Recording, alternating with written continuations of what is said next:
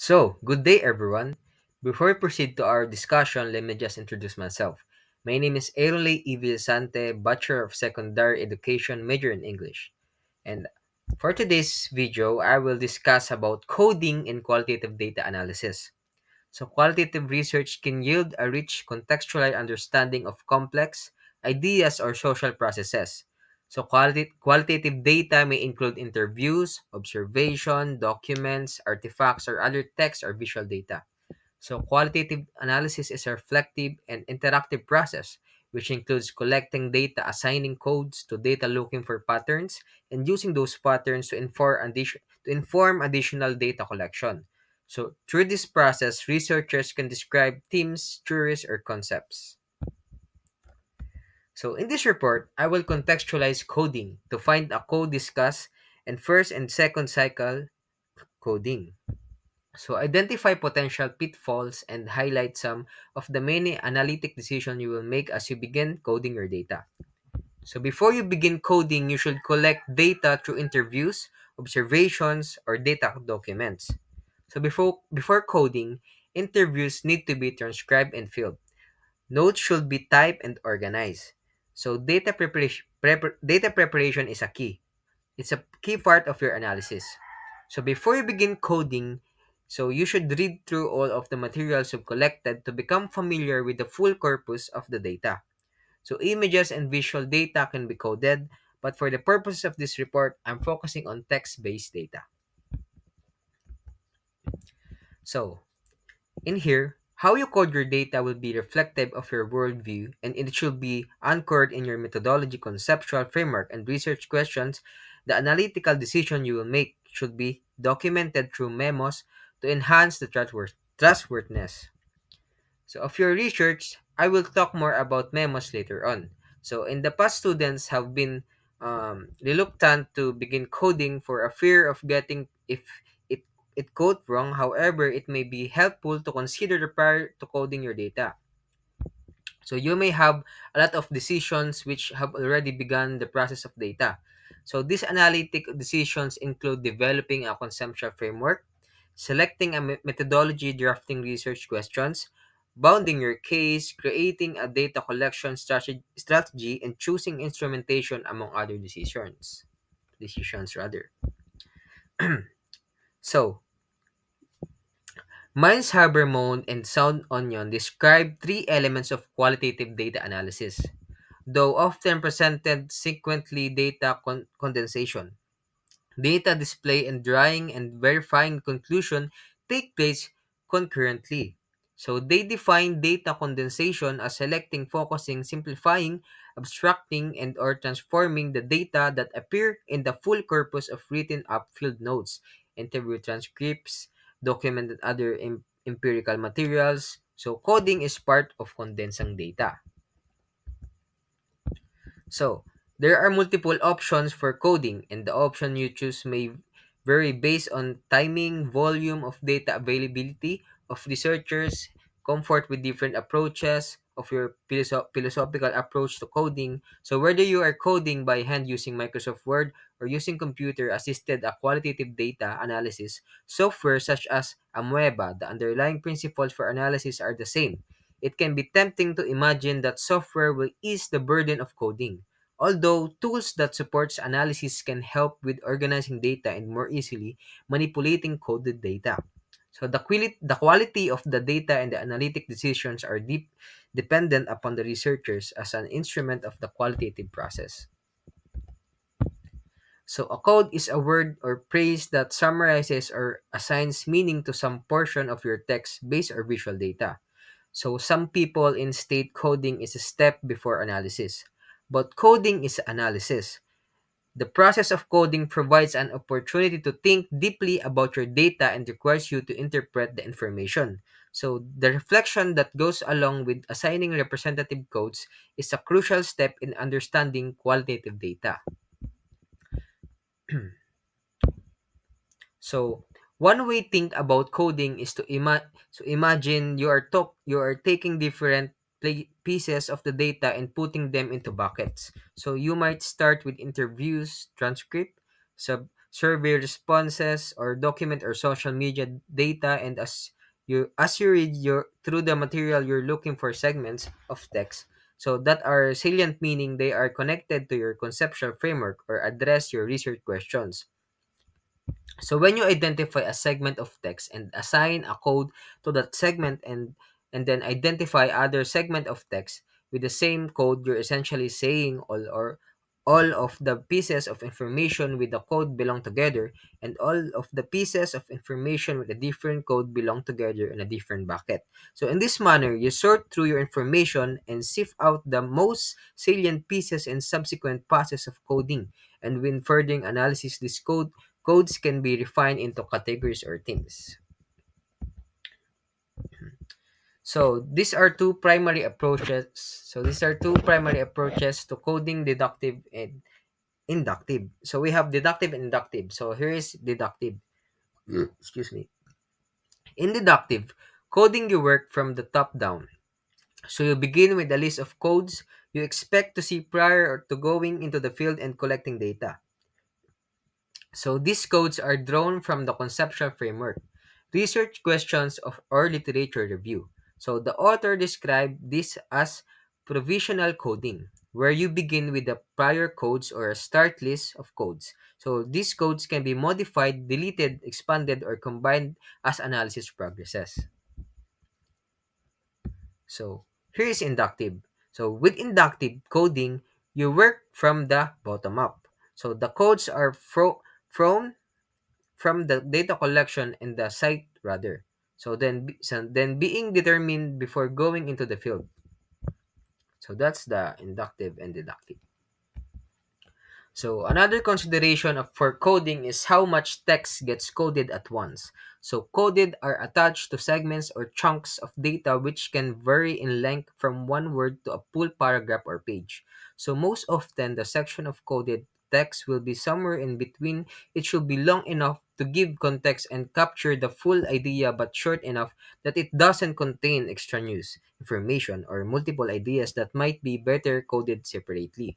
So lumping involves broad strokes where you coding perhaps a full paragraph or page and applying one code to a larger segment of text, with splitting you're approaching the data in much smaller chunks. So in a paragraph, you may have multiple codes. You may use both lumping and splitting depending upon your approach to coding.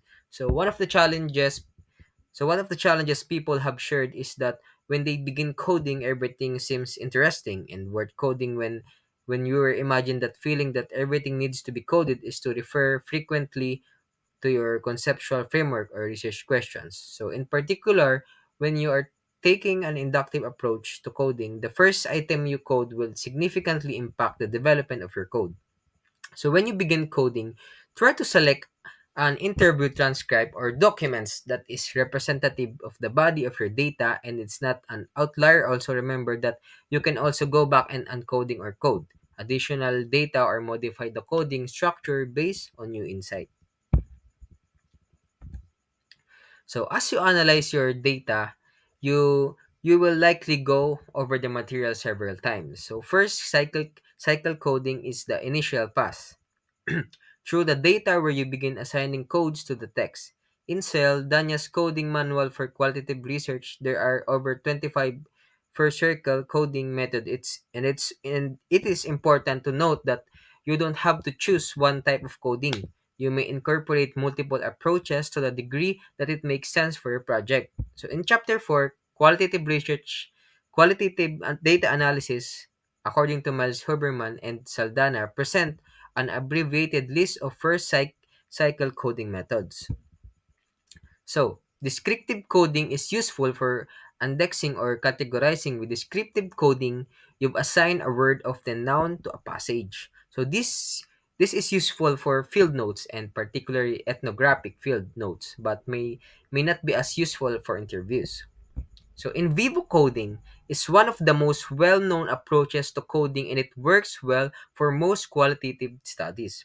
So with this approach, you use the participants' own words to create the codes. So this is useful to honor and prioritize the voice of the participants. So the author recommend using quotation marks to indicate coding in the words and the participants. So in process coding uses gerunds or words that ends in ing to focus on action process. Codes are able to highlight dynamics related to time, change, or sequences rather. So process codes work well for most studies, particularly grounded theory. So in concept coding focuses on ideas rather than observable behavior or objects. In the text, they give the example that going to a coffee shop every day goes beyond purchasing coffee, the observable action. So concept codes may lend themselves to lumping because they transcend the particular to capture a more abstract idea. So concept codes may surface through first cycle coding or through reviewing a collection of initial codes. So in emotion coding can include emotion expressed by the participant or inferred by the researcher emotion. Coding may be particularly appropriate for studies that explore participants' experience, actions, beliefs, worldwide, or life conditions. So emotion coding may be paired with in vivo coding so that emotions and the participant own words are indicate using quotation marks. So lastly is values. Values coding highlight values, attitudes, and beliefs of participant. Values coding can be useful for studies that focus on identity, cultural values, and experiences. This was a brief description of some type of first cycle coding.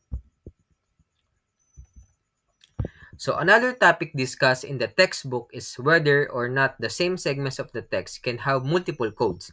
You can simultaneously code the same segments of text to two different codes, but this should be done separately. So if I'm coding and I notice that I'm regularly applying the same two codes to segments of text, it is worth revisiting these codes to see if they can be combined or clarified. So in chapter 4, the authors also describe attribute coding. Attributes includes elements such as the interview setting or site. So participant, demographics, and other elements of interest as part of your Vivo analysis projects will explore tools in Vivo for classifying data based on attributes to prefer for queries, queries and conducting advanced analysis. So, as you develop your codes, beware of viral coding. The qualitative data analysis with in vivo text points out the new researchers are often tempted to create duplicate of codes to compare attributes. For example, is this they might create codes for different aspect of the project with yes and no or positive negative subcodes. So this is problematic because as the subcodes keep repeating themselves, they create excuse me unmanageable data set does not lend itself to seeing a relationship or patterns for develop advanced analysis. And to prevent a viral coding system, they encourage two-part practices. First, each category or concept should only appear once in the coding system, and second, attributes of the whole item such as a role or location of a participant should be kept separately from ideas emerging in the data. So in here, when it comes naming codes, consider not only what is in the text, but why the information is interesting for you. What made so you should consider why the information is interesting for you or what made this jump off the page. So remember, you can also go back and change the names of codes later. But my Haberman and Saldana text has a great section that focuses on developing trustworthiness and qualitative data analysis. So one way to enhance the trustworthiness of your study during the coding process is to describe and define the codes you create. So this can be as easy as having a sheet of paper next to you while you're coding where you write down the name of the code and the description. So this can be later become a code book, which can be a tool to dishware with people you are collaborating with on quality projects.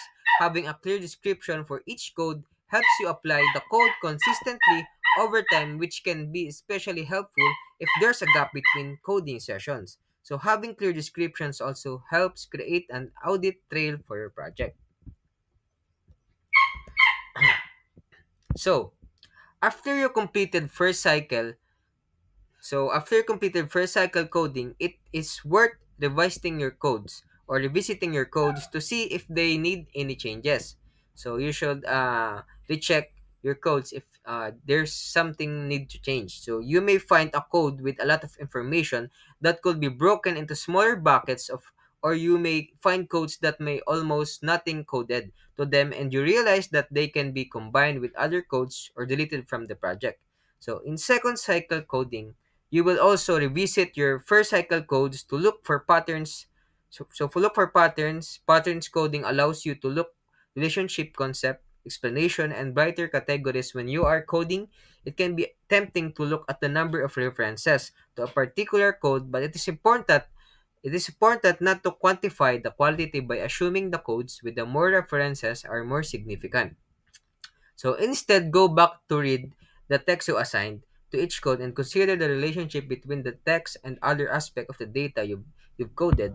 So you should focus on the richness of the data and how this advances your analysis as it relates to your conceptual framework in your research questions. So the Miles Human and Saldana book identifies tools for advanced analysis including matrix displays, network displays, graphics or narrative description, which can aid in clustering first cycle codes and seeing patterns as part of second cycle coding. So, throughout the process of coding, it is critical to know what you are doing and why you are doing it. So, through memos and jottings are quick notes. When hand coding, this could be the equivalent of writing something on a sticky note in Microsoft Word, inserting a comment on Anvivo, making an annotation. So jottings captures fleeting or emerging reflections such as personal reactions, dops, mentals, notes, reminders to find additional information.